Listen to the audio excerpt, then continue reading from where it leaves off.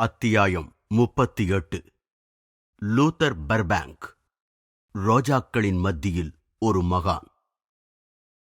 தாவர இனவிருத்தி மேம்பாட்டின் ரகசியம் விஞ்ஞான அறிவைத் தவிர அன்புதான். கலிபோர்னியாவில் உள்ள சாண்டா ரோசா என்னுமிடத்தில் உள்ள லூதர் பர்பேங்கின் தோட்டத்தில் அவருடன் நான் உலவிக் கொண்டிருக்கையில் அவர் அறிவு செறிந்த இச்சொற்களை உதிர்த்தார்.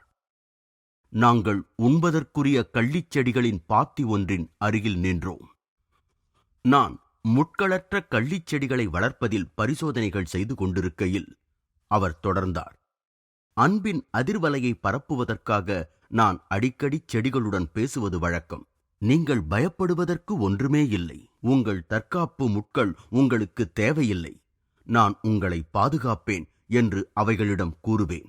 காலக்கிரமத்தில் பாலைவனத்தில் வளரும் அந்த உபயோகமான செடி முட்களற்ற வகையாக வெளிப்படத் தொடங்கியது. நான் இந்த அதிசயத்தை கேட்டு மகிழ்ந்தேன். அன்புள்ள லூதரே, மவுண்ட் வாஷிங்டனில் உள்ள என் தோட்டத்தில் நடுவதற்கு சில கள்ளி இலைகளை தயவு செய்து தாருங்கள். பக்கத்தில் நின்றிருந்த ஒரு வேலையாள் சில இலைகளை பறிக்கத் தொடங்கினான். பர்பேங்க் அவனை தடுத்தார். சுவாமிக்காக அவைகளை நானே பறிக்கிறேன். அவர் எனக்கு கொடுத்த 3 இலைகளை பின்னர் நான் நட்டு அவைகள் மிக பெரிய தோட்டமாக வளர்வதைக் கண்டு ஆனந்தமடைந்தேன். அந்த சிறந்த தோட்டக்கலை நிபுணர் இப்பொழுது அவர் பெயரிலேயே பிரசித்தி அடைந்துள்ள பெரிய உருளைக்கிழங்கை உருவாக்கியதுதான் அவருடைய முதல் குறிப்பிட்ட வெற்றியாகும் என்று என்னிடம் கூறினார். ஒரு மேதைக்கே உரித்தான அயராத உழைப்புடன் அவர் மேலும் 100கணக்கான ஒட்டுமுறை தாவரங்களை அபிவிருத்தி செய்து உலகிற்கு அளித்த வண்ணம் இருந்தார். அவருடைய புது பர்பேங்க் வகைகள் தக்காளி, சோளம், பூசணி வகை, செர்ரி, பிளம், தேனினிமை பழவகை, இலந்தை பழவகை, கசகசா, அல்லி, ரோஜா முதலியனவாகும். லூதர் புகழ்பெற்ற ஓர் அக்ரூட் மரத்தருகில் என்னை அழைத்துச் சென்றபோது நான் என் புகைப்படக் கருவியை அதை நோக்கி குவித்தேன். இயற்கை பரிணாமத்தின் காலத்தை குறைத்து வளர்ச்சியை விரைவுபடுத்த முடியும் என்பதை அம்மரத்தின் மூலம் அவர் நிரூபித்திருக்கிறார். 16 வருடங்களுக்குள்ளேயே இந்த அக்ரூட் மரம் மிக அதிக கொட்டைகளை அளிக்கும் நிலையை அடைந்தது. உதவியற்ற இயற்கைக்கு அதுபோன்ற 2 மடங்கு காலம் தேவைப்பட்டிருக்கும் என்று அவர் கூறினார். பர்பேங்கின் சிறிய சுவிகார பெண் அவளுடைய நாயுடன் குதித்து விளையாடியபடி தோட்டத்திற்குள் நுழைந்தாள். இவள் என்னுடைய மனித தாவரம்.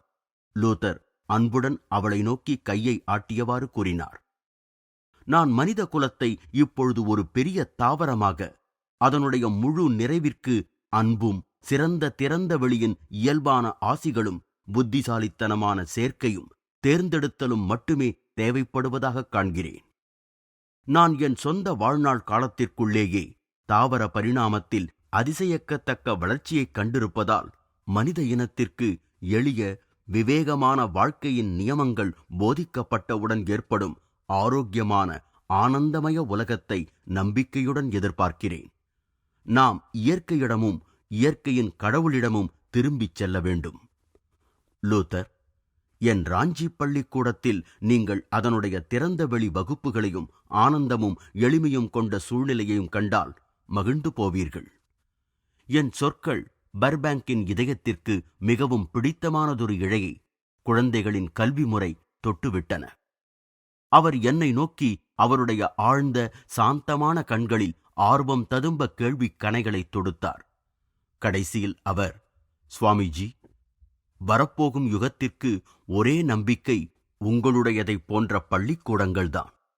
இயற்கையிலிருந்து துண்டிக்கப்பட்டு மனிதனின் தனித்தன்மையை அடக்கி திணறச் செய்யும் நம் காலத்திய கல்வி முறைகளை நான் எதிர்க்கிறேன். நான் நடைமுறைக்கு உகந்த உங்கள் கல்விக் கொள்கைகளை மனமாற ஒப்புக்கொள்கிறேன் என்றார். இது பற்றிய அவரது எழுத்து வடிவ சான்றிதழ் பின்வருமாறு: லூதர் பர்பேங்க், சாண்டா ரோசா, கலிபோர்னியா, USA, டிசம்பர் 22, 1924. நான் சுவாமி யோகானந்தரின் யோகதா முறையை பரிசீலித்தேன். எனது கருத்தில் அது மனிதனின் உடல், மனம் மற்றும் ஆன்மீக தன்மைகளுக்கு பயிற்சி அளிப்பதற்கும் இணக்கமாக்குவதற்கும் தலைசிறந்த லட்சிய முறையாகும். சுவாமியின் குறிக்கோள் எப்படி வாழ்வது என்பதை கற்பிக்கும் பள்ளிக்கூடங்களை உலகமெங்கும் நிறுவ வேண்டும் என்பதே. அங்கே கல்வியானது அறிவை வளர்ப்பதோடு மட்டும் நின்று விடாமல் உடல், இச்சாசக்தி மற்றும் உணர்ச்சிகளுக்கும் பயிற்சி அளிக்கும். யோகதா முறையின் சரீர, மன, ஆன்மீக மலர்ச்சியின் மூலமாக எளிய விஞ்ஞான முறையிலான மனங்குவிதல் மற்றும் தியானத்தினால் வாழ்வின் பல சிக்கலான பிரச்சனைகளை தீர்க்கலாம். மேலும் அமைதியையும் நல்லெண்ணத்தையும் உலகில் பரவச் செய்யலாம். சுவாமியின் எண்ணப்படி சரியான கல்வி முறை என்பது எல்லா மர்மங்களிலிருந்தும் நடைமுறைக்கு ஒத்து வராதவைகளிலிருந்தும் விடுபட்ட சாதாரண பொது அறிவுதான். அப்படி இல்லாவிடில் அதற்கு என் ஒப்புதல் இருந்திருக்காது. வாழும் கலையை பயிற்றுவிக்கும் சர்வதேச பள்ளிக்கூடங்களுக்காக வேண்டுகோள் விடுக்கும் சுவாமியுடன் நானும் உள்ளன்புடன் இணைந்து கொள்ள இந்த வாய்ப்பு கிடைத்ததற்காக மகிழ்கிறேன். அவை நிறுவப்பட்டால் எனக்கு பரிச்சயமான எதையும் போன்று இதுவும் பொற்காலத்தை அருகில் அழைத்து வரக்கூடும். லூதர் பர்பேங்க். நான் இனிய சுபாவமுடைய அம்முனிவரிடமிருந்து விடைபெறும் பொழுது அவர் ஒரு சிறு புத்தகத்தில் தன் கையெழுத்தை இட்டு அதை எனக்கு பரிசளித்தார். The training of the human plan என்பது பற்றிய எனது புத்தகம் இது என்றார் அவர். நவீன பயிற்றுவிக்கும் முறைகள், அச்சமற்ற பரிசோதனைகள் தேவைப்படுகின்றன. சில சமயங்களில் மிக தைரியமான முயற்சிகள் மலர்களிலும் பழ வகைகளிலும் பிரமாதமான பலனை தருவதில் வெற்றியடைந்திருக்கின்றன. அதுபோலவே குழந்தைகளுக்கான கல்வி சம்பந்தப்பட்ட புதுமைகளும் இன்னும் அதிகமான எண்ணிக்கையில் அதிக தைரியம் உள்ளவையாக ஆக வேண்டும். நான் அன்று இரவு அவருடைய சிறு புத்தகத்தை தீவிர ஆர்வத்துடன் படித்தேன். அவர் மனக்கண்ணால் மனித இனத்திற்கு ஓர் அமோகமான வருங்காலத்தை எதிர்நோக்கி எழுதியிருந்தார். இவ்வுலகத்தின் மிக பிடிவாதமான, மாற்றுவதற்கு மிகவும் கடினமான உயிருள்ள பொருள் எதுவெனில் அது நிச்சயமான சில பழக்கங்களில் ஒரு தடவை நிலைத்துவிட்ட தாவரம்தான். இத்தாவரம் தன் தனித்தன்மையை காலங்காலமாக காத்து வருகிறது என்பதை நினைவில் வைத்துக் கொள்ள வேண்டும். ஒருவேளை இப்பரந்த கால இடைவெளிகளில் அதிக மாற்றமுறாமல் இருக்கும் பல யுகாந்திரங்களுக்கு முந்தைய கற்களிலேயே அதன் மூலங்கள் இருக்க நேரிடலாம். இத்தனை காலங்களாக திரும்ப திரும்ப நிகழ்ந்தவற்றால் தாவரமானது இணையற்ற பிடிப்புடன் ஒரு இச்சாசக்தி உடையதாக ஆகியிருக்கிறதா என்றா கருதுகிறீர்கள்? உண்மையில் சில பனை போன்ற தாவர வகைகள் எந்த மனித சக்தியும் இதுவரை அவைகளை மாற்ற முடியாத வகையில் உறுதியுடன் இருக்கின்றன. ஒரு தாவரத்தின் உறுதியை விட மனிதனின் உறுதி பலவீனமானதே. ஆனால் இந்த முழு செடியின் வாழ்நாள் முழுவதுமான பிடிவாதம் அதனுடன் இன்னொரு உயிரை சாதாரணமாக இணைக்கும் பொழுது எப்படித்தான் தளர்ந்து விடுகிறது பாருங்கள். ஒட்டுதல் மூலமாக அதன் உயிரில் சக்தி வாய்ந்த முழு மாறுதலை ஏற்படுத்த முடிகிறதல்லவா? எனவே அம்மாறுதல் ஏற்படுகையில் பொறுமையான மேற்பார்வையுடன் தேர்ந்தெடுத்து இந்த மாறிய தலைமுறைகளில் பொருத்திவிட்டால் அந்த புது செடி பழைய வகைக்கு என்றுமே திரும்பாமல் அதன் பிடிவாதமான இச்சாசக்தி தளர்த்தப்பட்டு கடைசியில் மாற்றப்பட்டு புது வழியில் செல்லத் தொடங்குகிறது. மேலும் இது அதிக உணர்ச்சி வசப்படக்கூடியதும் சுலபத்தில் வளைக்கக்கூடியதுமான ஒரு குழந்தையைப் போன்ற இயல்பை உடைய பொருளை பற்றியதெனில் பிரச்சனை மிகவும் சுலபமாகிவிடுகிறது. இந்த சிறந்த அமெரிக்கரின் காந்த சக்தியால் கவரப்பட்டு நான் திரும்ப திரும்ப அவரிடம் சென்றேன்.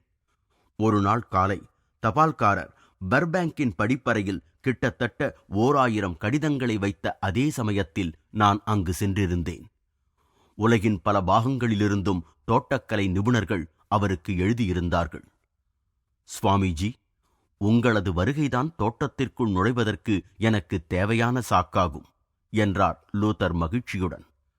அவர் பல பிரயாண கோப்புகள் நிறைந்த பெரிய மேசை இழுப்பறை ஒன்றை திறந்தார். பாருங்கள், அவர் கூறினார், நான் இப்படித்தான் பிரயாணம் செய்கிறேன். என் செடிகள் மற்றும் கடித தொடர்புகளால் பிணைக்கப்பட்டிருப்பதனால் அவ்வப்பொழுது இப்படங்களை பார்த்து வெளிநாடுகளை காண வேண்டும் என்ற என் ஆவலை நான் திருப்தி செய்து கொள்கிறேன். என் கார் அவர் வீட்டு வாயிலின் முன்னர் நின்றிருந்தது. லூதரும் நானும் அவருடைய சொந்த வகைகளான சாண்டா ரோசா, பீச் ப்ளோ மற்றும் பர்பேங்க் ரோஜாக்கள் ஆகியவற்றுடன் பளிச்சென்று தோட்டங்களிலிருந்த அச்சிறு நகரத்தின் தெருக்களின் வழியே காரை ஓட்டிச் சென்றோம். அந்த சிறந்த விஞ்ஞானி என்னுடைய ஆரம்பகால விஜயங்களில் ஒரு சமயம் கிரியா தீட்சை பெற்றுக்கொண்டார். அவர், சுவாமிஜி, நான் அப்பயிற்சியை சிரத்தையுடன் செய்து வருகிறேன் என்றார். யோக முறையின் பல்வேறு தன்மைகளைப் பற்றி ஆழ்ந்து சிந்தித்த பல கேள்விகளை என்னிடம் கேட்ட பிறகு லூத்தர் மெதுவாக குறிப்பிட்டார். மேலை நாடுகள் இன்னும் ஆராயவே தொடங்காத நிலையில் உண்மையிலேயே கீழை நாடுகள் அறிவின் மிகப்பெரிய பெட்டகங்களை பெற்று விளங்குகின்றன. இயற்கையுடன் இருந்த நெருங்கிய தொடர்பானது அவள் மிக அக்கறையுடன் பாதுகாத்து வந்திருக்கும் பல ரகசியங்களை பர்பாங்கிற்கு திறந்து காட்டியதால் அவரிடம் எல்லையற்ற ஆன்மீக பயபக்தியை உண்டாக்கியிருந்தது. சில சமயங்களில் நான் எல்லையற்ற சக்திக்கு மிக அருகில் இருப்பதாக உணர்கிறேன் என்று கொஞ்சம் சங்கோஜத்துடன் என்னிடம் கூறினார்.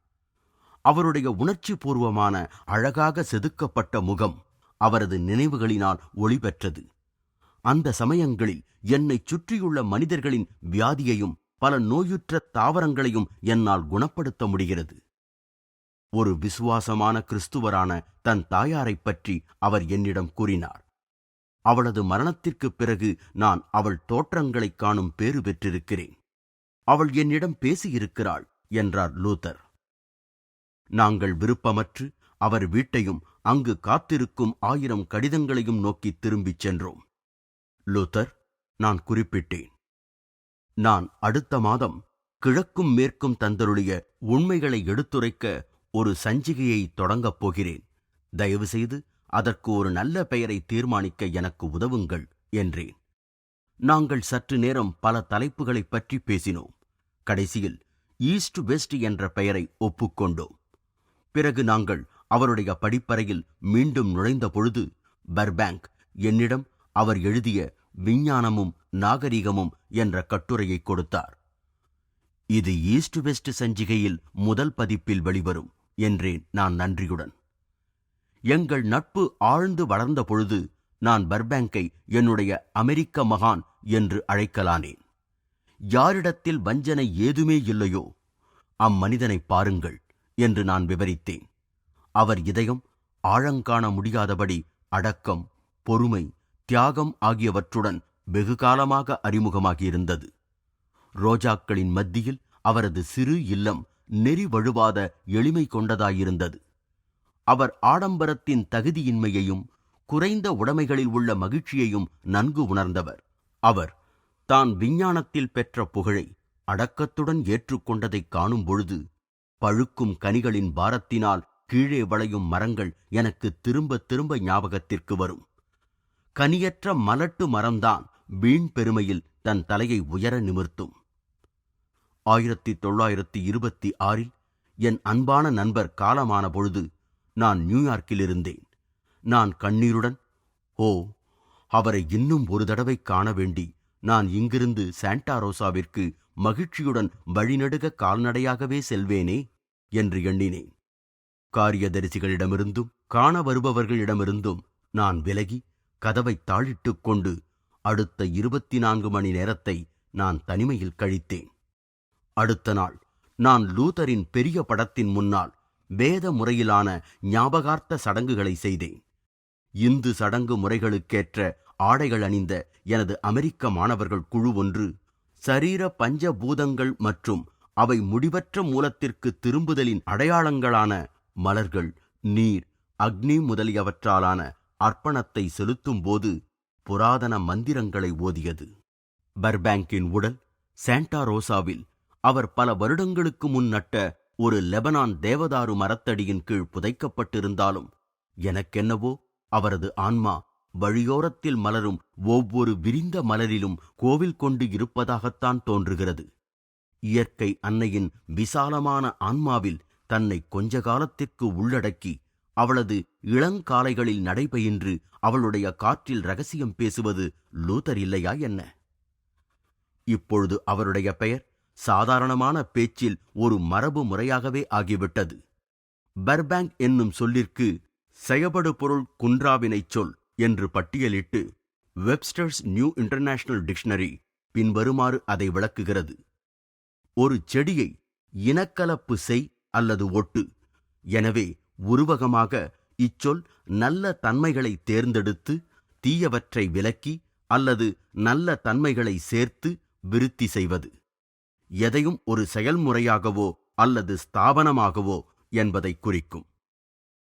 பிரியமான பர்பாங்கே, அந்த விளக்கத்தை படித்த பிறகு நான் கூவினேன், உங்கள் பெயரே இப்பொழுது நற்குணத்திற்கு மறுபெயராகிவிட்டதே.